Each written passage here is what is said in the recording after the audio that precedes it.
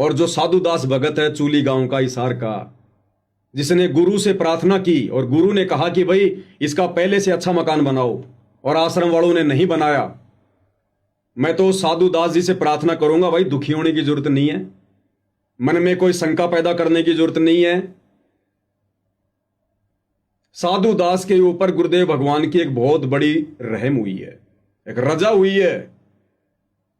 परमात्मा ने साधुदास भगत का जो मकान अभी तक नहीं बना है, भाई आश्रम वालों ने तो फोड़ लिए अपने कर्म, जो गुरु के कहने के बाद भी मकान नहीं बनाया, और इधर साधुदास को परमात्मा ने बचा लिया उसका मकान ना बनवा के, कुछ भी कारण बना के।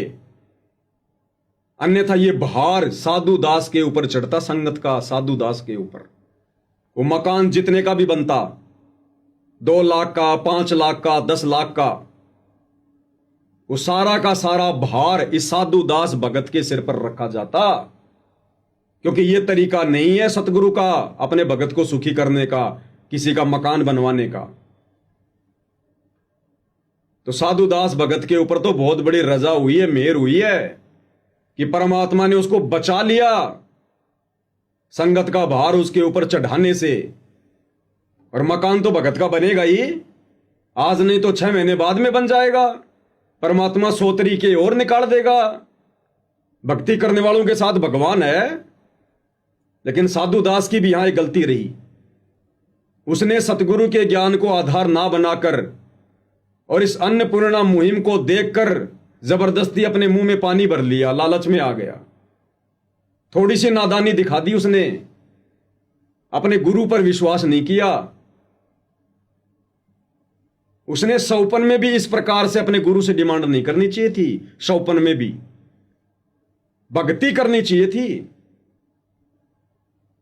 अगर साधुदास भगत जी ने रंका और बंका की कहानी को आधार बनाया होता, रंका और बंका दोनों पति पत्नी सतगुरु का सत्संग सुनने गए हुए थे। गरीब परिवार था, एक झोपड़ी थी, साथ में एक बेटी थी वंका। सत्संग सुन रहे थे, पीछे से बेटी दौड़ के गई और कहा कि पिताजी पिताजी, माताजी माताजी। उन्होंने पीछे मुड़कर देखा, बोला क्या हुआ, इतनी जोर से क्यों चिल्ला रही है, सत्संग में भंग पड़ गया। बेटी ने कहा कि झोपड़ी में आग लग गई, सब कुछ जल के खाक हो गया। तो रंका बंका ने देखा कि भाई अगर ये झोपड़ी ना होती तो सत्संग में भंग ही ना पड़ता। उन दोनों ने कहा कि बेटी क्या बच गया। तो वंका ने कहा कि माता पिताजी एक खाट बच गई जो बाहर रखी हुई थी पेड़ के नीचे, बाकी सब जल के खाक हो गया। तो रंका बंका ने क्या कहा, विचार करना, सामने सतगुरु बैठे सत्संग कर रहे हैं, परीक्षा थी उन आत्माओं की। गरीब परिवार, एक झोपड़ी, सारा सामान जल गया, अनाज जल गया,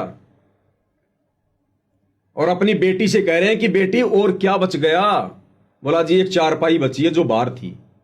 दोनों बोले उसको भी आग में डाल दे, अरे उसको भी आग में डाल के आ जा। अगर वो चारपाई ना बचती तो तू दौड़ के ना आती, सत्संग में भंग नहीं पड़ता। बेटा उसको भी आग में डाल के आ जा। बेटी भी आज्ञाकारी थी, तुरंत गई, उस खटिया को भी आग में डाल के वापस सत्संग में आके बैठ गई। और आराम से तीनों प्राणी सतगुरु का सत्संग सुन रहे हैं। घर की कोई चिंता नहीं, रात को कहां रहेंगे, क्या खाएंगे, कोई चिंता नहीं। सामने सतगुरु बैठे हैं। सत्संग के बाद भी सतगुरु से प्रार्थना नहीं की कि सतगुरु मेरा मकान जल गया, हे सतगुरु हम झूठ नहीं बोल रहे, हे सतगुरु देखो सत्संग में हमारी बेटी दौड़ के आई थी। अपने सतगुरु से प्रार्थना भी नहीं की कि हमारा मकान जल गया। उनकी परीक्षा थी, सतगुरु ने भी कुछ नहीं कहा, दंडवत प्रणाम किया, तीनों वापस घर। अब घर कहां रह गया, झोपड़ी जल गई, खाक हो गई, राख हो गई।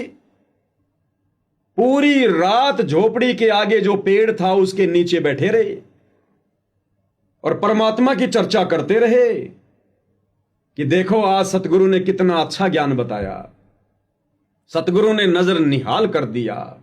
भाई हमारे धन भाग जो हमें ऐसे पूर्ण गुरु मिले, ऐसा ज्ञान ना आज तक कभी सुना, ना किसी ने सुनाया।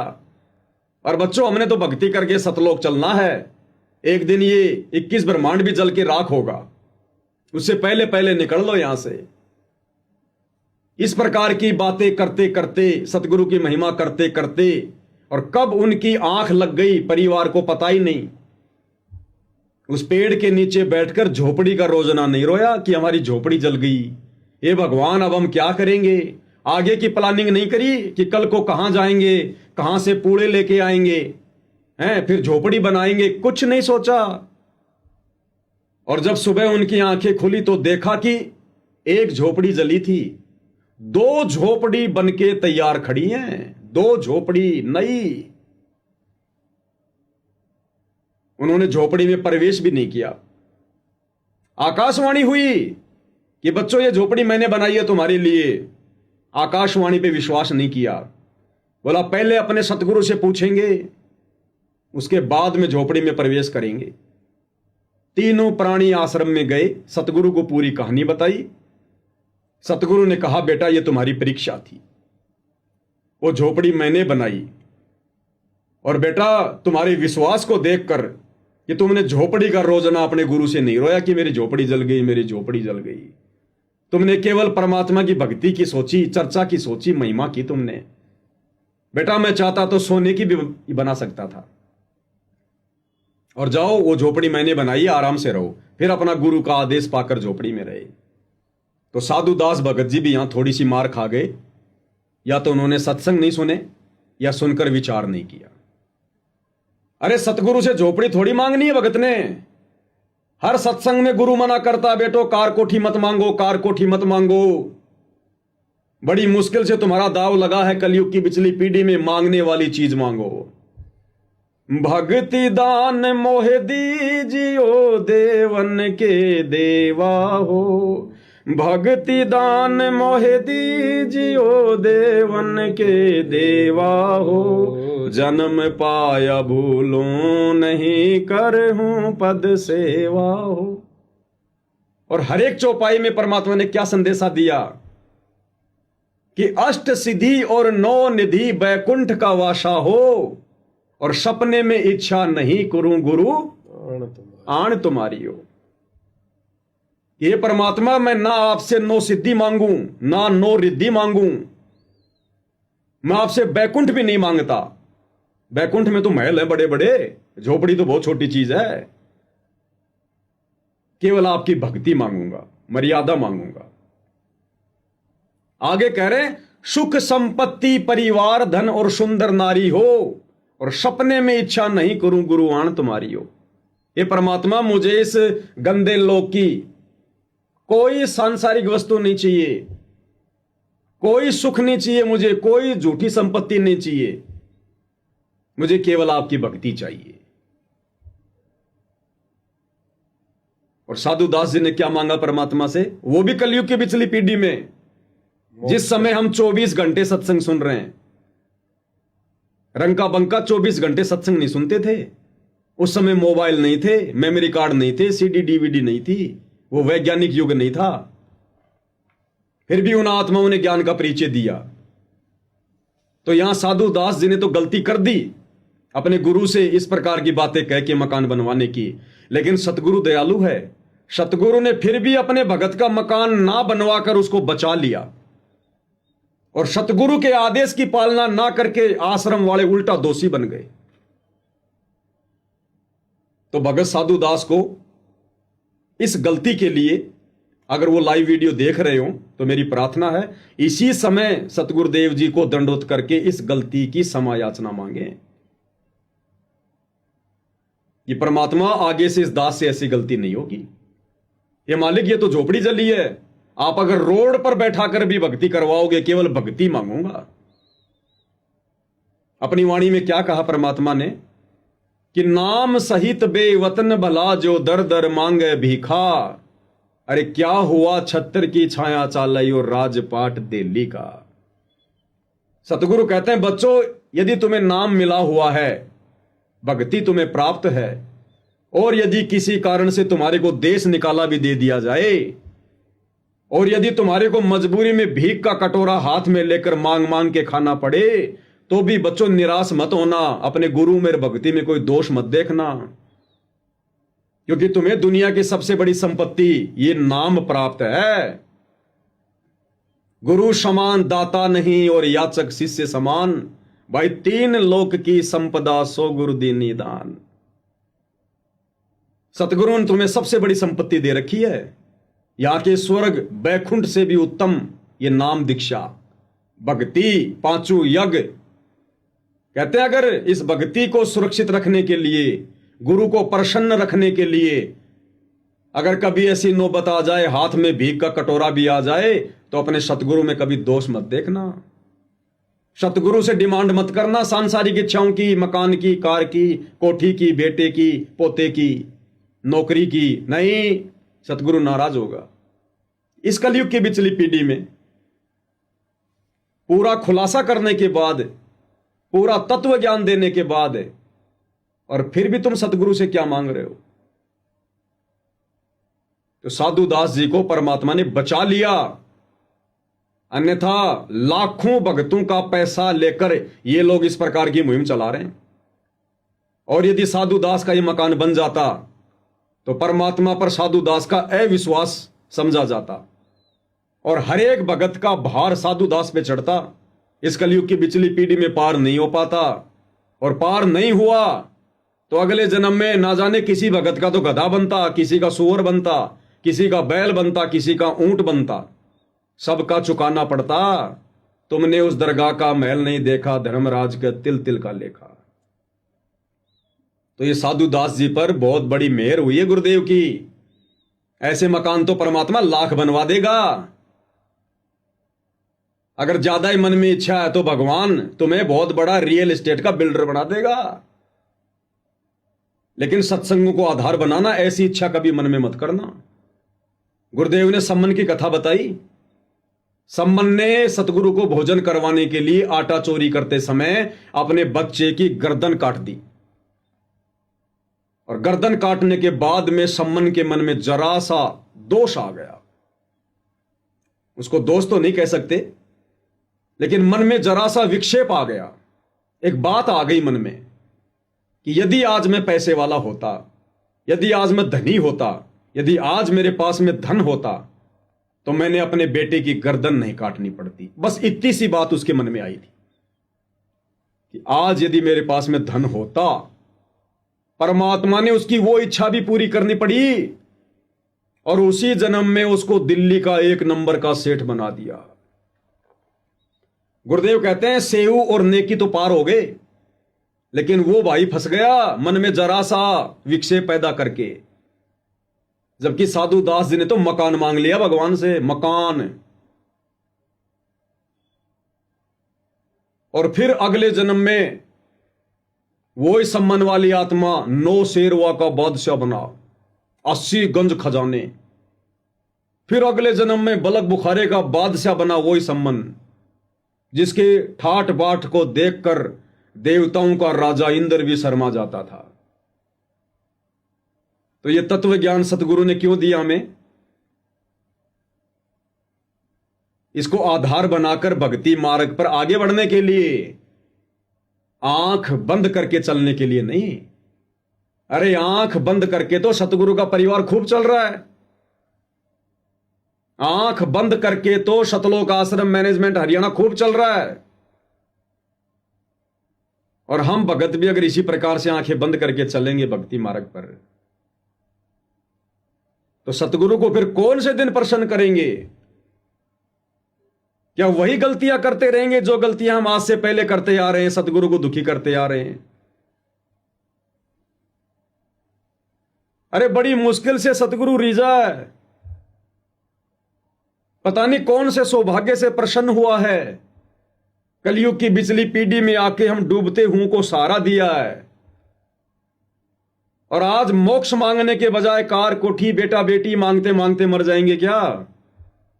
हमारी ये इच्छाएं, ये हवस कौन से दिन पूरी होगी फिर? जहां इच्छा, जहां आशा तहां बासा हुई, मन कर्म वचन सुमरियो सोई। हम तो फंस जाएंगे ही, काल फंसा लेगा, वो तो तैयार बैठा है, सावधानी हटी दुर्घटना घटी। तो कजोड़ दास जी, ये बहुत बड़ी एक दया, एक बहुत बड़ी मेहर मुझ पवन दास की नजरों में साधु दास जी के ऊपर हुई है। और आश्रम वालों ने गुरु के आदेश की अवहेलना करके उस भगत का मकान ना बना के अपने कर्म फोड़ लिए, और अनुपदेशी जगत वालों के फ्री में मकान बना बना के इस नादान संगत के सिर पर भार चढ़ा रहे हैं। भाई सतगुरु ने हमें क्या आदेश दिया कि बच्चों, ना हमने किसी का फ्री का लेना, ना किसी को फ्री में देना। ये आश्रम वाले क्या कर रहे हैं? अरे ऐसे वचन अपने भक्तों को कहने वाला भगवान गुरु क्या आज खुद अपनी जुबान से फिरेगा? क्या फ्री में अपने भक्तों के दान धर्म से लोगों के मकान बनवाएगा, लोगों के घरों में राशन डलवाएगा? फिर तो सतगुरु दोगला हो गया इन लोगों के अनुसार। तो भाई साध वचन पलटे नहीं, चाहे पलट जाए ब्रह्मांड। सतगुरु ने जो वचन भक्ति मार्ग पर निकाल दिए, क्योंकि सत्संग उनका विधान है। ये सत्संग भक्ति का विधान है, संविधान है। ये सत्संग आज भी भक्ति के आधार है, और जब कल को सतगुरु लीला करके सतलोक चले जाएंगे, उसके बाद भी यही सत्संग भक्ति मार्ग पर भक्तों के लिए आधार बने रहेंगे। तो सतगुरु ने तो स्पष्ट कह दिया, बच्चों हमने तो ये लेन देन को समाप्त करके अपने ऋण संबंधों को घटाना है, समाप्त करना है, और ना हमने किसी को फ्री में देना है, ना हमने किसी का फ्री में लेना है। अगर किसी की मदद भी करनी है तो उधार देकर मदद करो, ताकि समय आने पर वो तुम्हें पैसा वापस कर दे और तुम्हारे ऊपर भार ना चढ़े। अब यहां तो सरेआम फ्री में 15-15 लाख के मकान बनाए जा रहे हैं। उस घर में गैस सिलेंडर, अलमारी, राशन, आटा चक्की, सिलाई मशीन, पूरा दहेज का सामान दिया जा रहा है।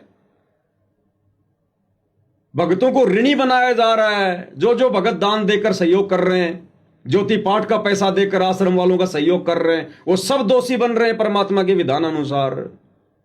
ये परीक्षा क्यों ले रहा है सतगुरु इतना ज्ञान देकर 2014 से? यही देखने के लिए कि कितने भगत तैयार हुए हैं सतलोक के लिए।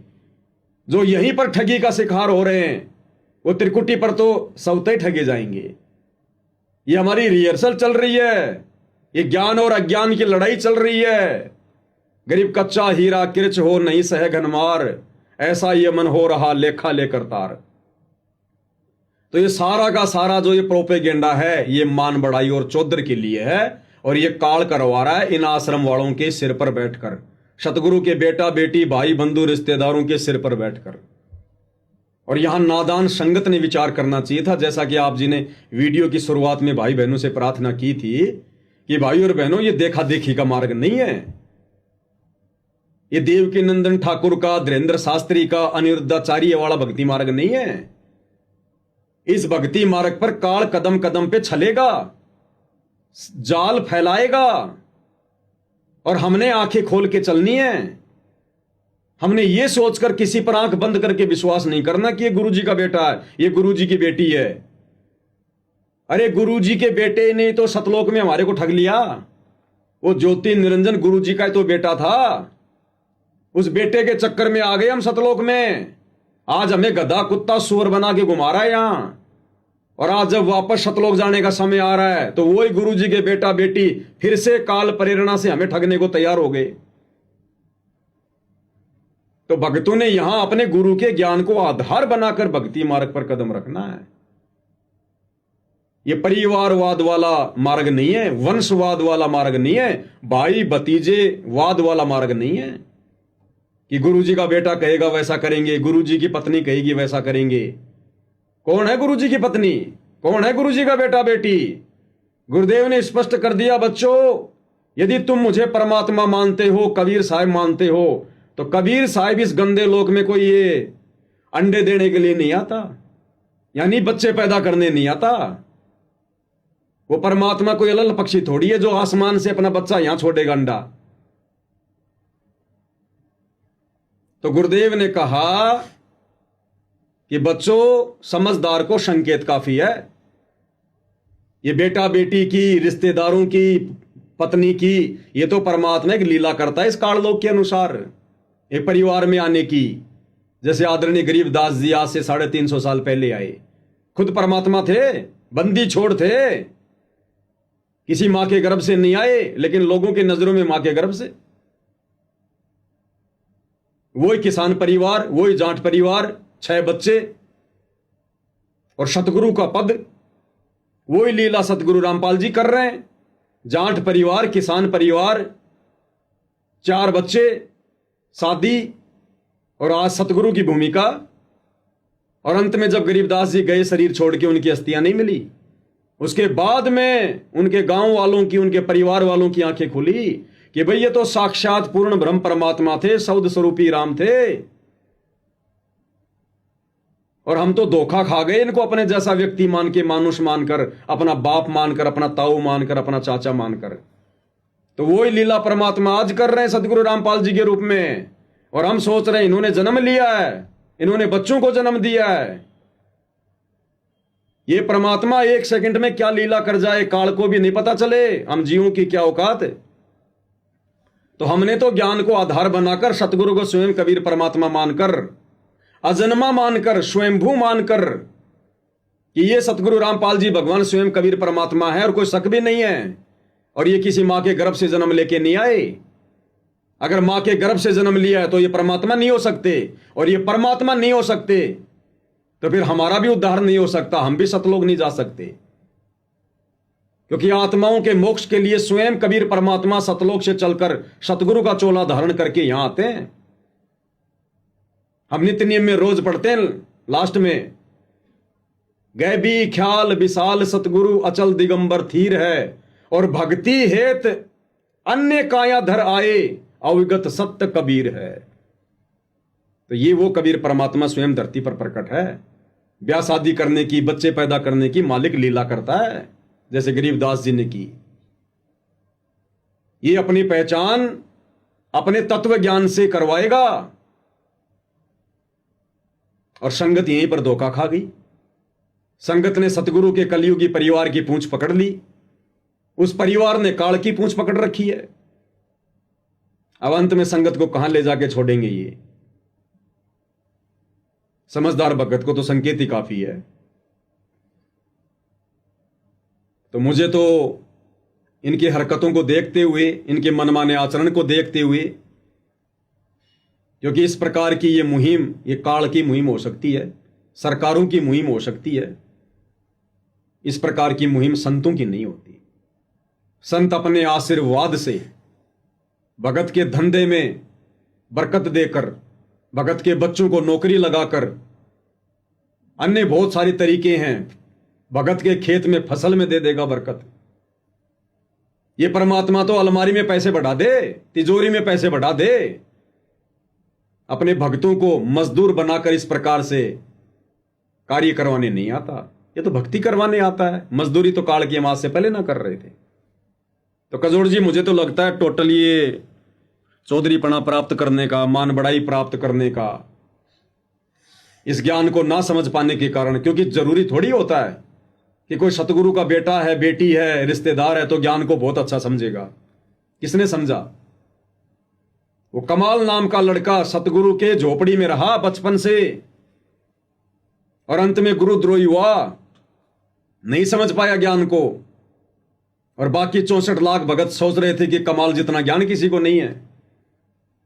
धर्मदास के घर में काल का दूत पैदा हो गया, नारायण दास। गरीबदास जी के 4 बेटों ने आगे चल के भक्ति छोड़ दी।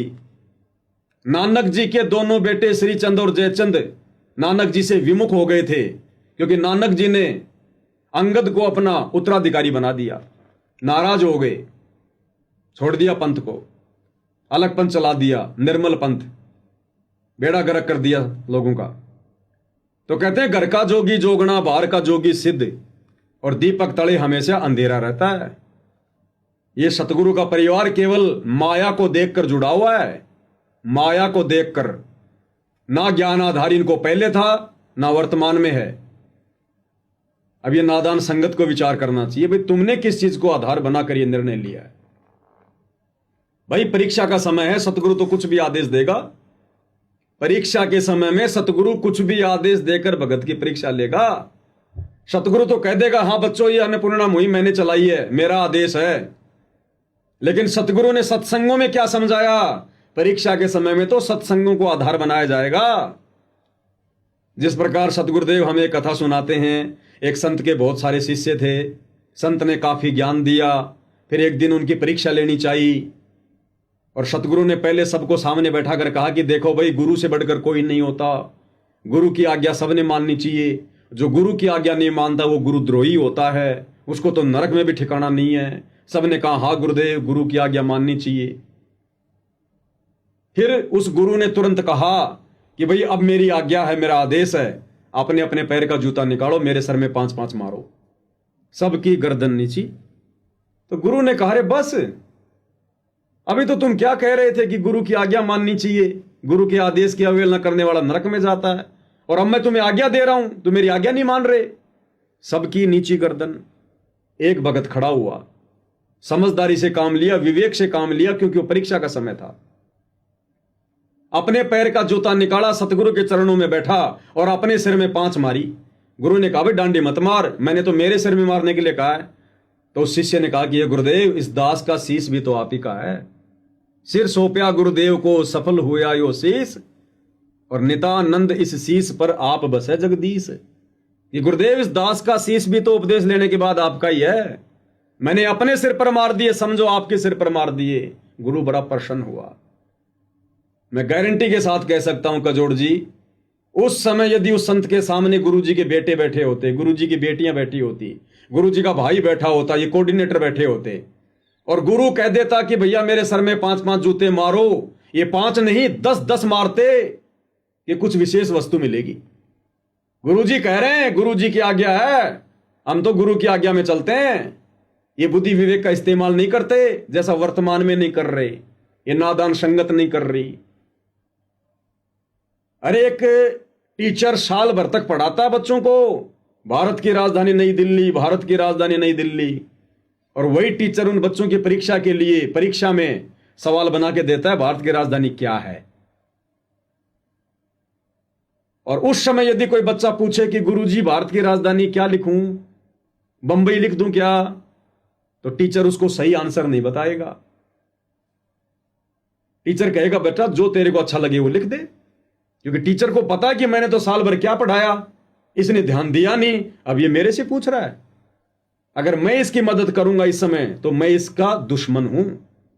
ये बच्चा फिर कभी नहीं सुधर पाएगा।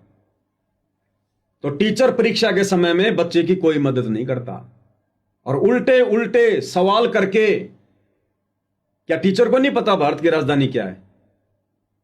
उसमें 4 ऑप्शन क्यों लिख रहा है? दिल्ली, बंबई, कलकत्ता, महाराष्ट्र, बच्चे की परीक्षा के लिए। तो अगर ये अन्नपूर्णा मुहिम, पहली बात तो सतगुरु जी अपनी तरफ से कोई आदेश नहीं देंगे, ये भी काल प्रेरणा से इन आश्रम वालों ने लोगों की सलाह से, जगत वालों की सलाह से सतगुरु से हिसार जेल में जाके प्रार्थना लगाई होगी। अब सतगुरु को तो मौका मिल गया भक्तों की परीक्षा लेने का, ये तो बहुत अच्छा काम हो गया, क्योंकि सतगुरु को अपने परिवार की हकीकत का तो पहले पता था। अगर ये परिवार ज्ञानवान होता, मर्यादा में होता, तो बरवाला कांड ही ना होता। तो सतगुरु को तो अच्छे से पता था उनके बारे में। जब ये इस प्रकार का ये प्रस्ताव सतगुरु के पास लेकर गए, तो सतगुरु ने देखा रे तो बहुत अच्छी बात हो गई, इन्होंने तो अपने कर्म फोड़ने मुझे मानुष मानकर, इस बहाने संगत की भी परीक्षा हो जाएगी। सतगुरु ने कह दिया बच्चों ठीक है, तुम्हें जैसा उचित लगे करो, बहुत अच्छी बात है। इस बात को इन्होंने संगत में यह कहकर वायरल कर दिया कि गुरुजी का आदेश है, गुरुजी का आदेश है, गुरुजी का आदेश है। आजकल एआई से गुरुजी की ऑडियो खूब बन रही है, पता ही नहीं चलेगा गुरुजी की आवाज कौन सी, एआई की कौन सी है। खुद इन आश्रम वालों ने जब जब भूल पड़े पुस्तक की 3 घंटे की एआई से ऑडियो बनाकर डाल रखी है, कोई माई का लाल पहचान ही नहीं सकता। अन्नपूर्णा मुहिम का 5 मिनट का संदेश गुरुजी की आवाज में एआई से बना के डाल रखा है, कोई माई का लाल समझ ही नहीं पा रहा। तो ये संगत की परीक्षा चल रही है वर्तमान में, और भाई ये कलयुग की बिचली पीढ़ी है, सब तो फेल नहीं होंगे। और सौभाग्य है साथ संगति से जुड़ी हुई आत्माओं का, जिन्होंने इस विकट समय में, परीक्षा के समय में ज्ञान को आधार बनाया, ना कि गुरु के परिवार को। और जिन्होंने गुरु के परिवार को आधार बनाया, वो दिन प्रतिदिन इस भवसागर में डूबते जा रहे हैं, डूबते दलदल में। और जिन्होंने ज्ञान को आधार बनाया, वो उभरते जा रहे हैं। तो कजोड़ जी, ये अन्नपूर्णा मुहिम, इसके तहत जितने भी कार्य किए जा रहे हैं, ये सारे के सारे कार्य मनमाना आचरण है, गुरुदेव के ज्ञान के निकट भी नहीं है। ना परमात्मा इस प्रकार की बकवाद किसी से करवाते, ना आज से पहले उन्होंने किसी की ये करवाई, और ना 4 युगों में परमात्मा ने इस प्रकार की मुहिम चला के किसी के मकान बनवाए।